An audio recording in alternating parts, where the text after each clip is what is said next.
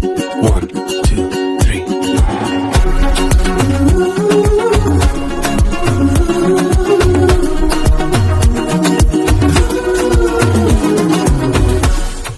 आजको ब्लग चाहिँ स्टार्ट गरौँ है त। त्योभन्दा पहिले चाहिँ don't forget to like share and subscribe my channel. आज चाहिँ म क्लासबाट निस्किने बित्तिकै थोरै हिँडेको मात्र के थिएँ, हावाहुरी र पानी आउन थाल्यो, जसले मलाई पिटी पिटी पिटी पिटी सुन्दारासम्म पुर्यायो।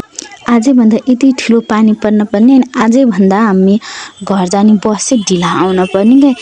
अनि फेरि बाटोमा मैले रुज्दै हिँडेको एउटा ब्लाइन्ड मान्छेलाई देखेँ, मन्दिरसम्म ल्याइदिँदा आधी रुजेको थियो। त्यसपछि मैले बाटोमा साथीलाई भेटेँ, फेरि सुन्दारासम्म आइपुग्दा आधी रुज्यो। त्यही भएर 2-3 जना मेरै छातामाथि आइपुग्यो क्या। त्यसपछि रुजी घरमा आएँ। घरमा आउने बित्तिकै कपडा सपडा फेरेर खाना खान थालेँ। अनि त्यसपछि मेरो बाँकी अरू काम थियो।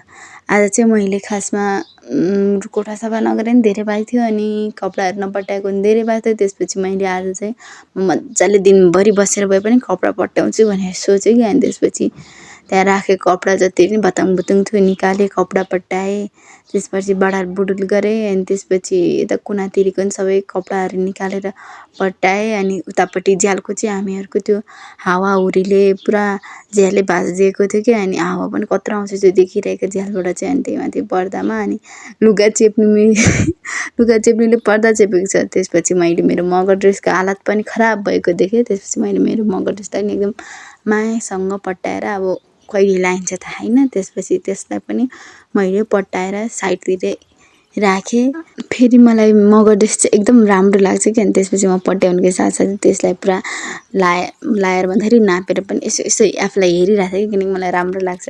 त्यसपछि मैले टेबलहरू पनि सफा गरेँ। टेबलमा भए जति हुन्छ नि सामान जति त्यही टेबल हुन्छ। पानी खाने हो कि पैसा राख्ने खुतुर्की पनि त्यही छ, गिफ्टहरू लिएको पनि त्यही छ, सब त्यही छ।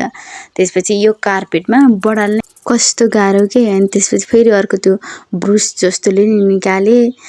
त्यसपछि मलाई भोक लाग्यो। त्यसपछि मैले खाजा खान थालेँ। अनि खाजामा चाहिँ मैले पिरो चाउचाउ खाएको थिएँ। अनि म त भान्सी मान्छे, अरूलाई चाहिँ थालबोटकोमा दिएर म चाहिँ कराईमै खान थालेँ। अनि मैले साइडबाट भिडियो गरेको थिएँ। अनि दाइहरूले चाहिँ ब्लगर बन्ने भयो, भिडियो गर्ने भए, अगाडिबाटै गरे भइगयो नि भन्दै थियो। त्यसपछि मैले उनीहरूको कुरा नसुनिकन भाँडा जुरुक्क उठाएर बाहिर आएँ। त्यसपछि मैले भाँडा मस्काउन थालेँ। भाँडा पनि यति धेरै हुन्छ भने नि, अनि फेरि दिनकै माझ्दा ज्याबै लाएर आउँछ हौ।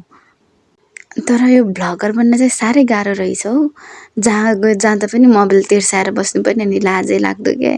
त्यसपछि भाँडा माझिसकेर चाहिँ अब क्लासमा होमवर्क दिएको थियो, गरेन भने क्लासबाट निकालिदिइहाल्छ। त्यसपछि मैले फेरि आफ्नै तालमा होमवर्क गर्न थालेँ। अब होमवर्क गर्न थालेपछि त फेरि भिडियो बनाइरहन कन्टिन्यू गरिरहन सम्भव छैन, कि त होमवर्क गर्नु पऱ्यो कि त भिडियो बनाउनु पऱ्यो। त्यसैले मैले आजको भिडियोलाई चाहिँ इन्ड गर्ने सोचेर आफ्नै तालमा लेख्न थालेँ।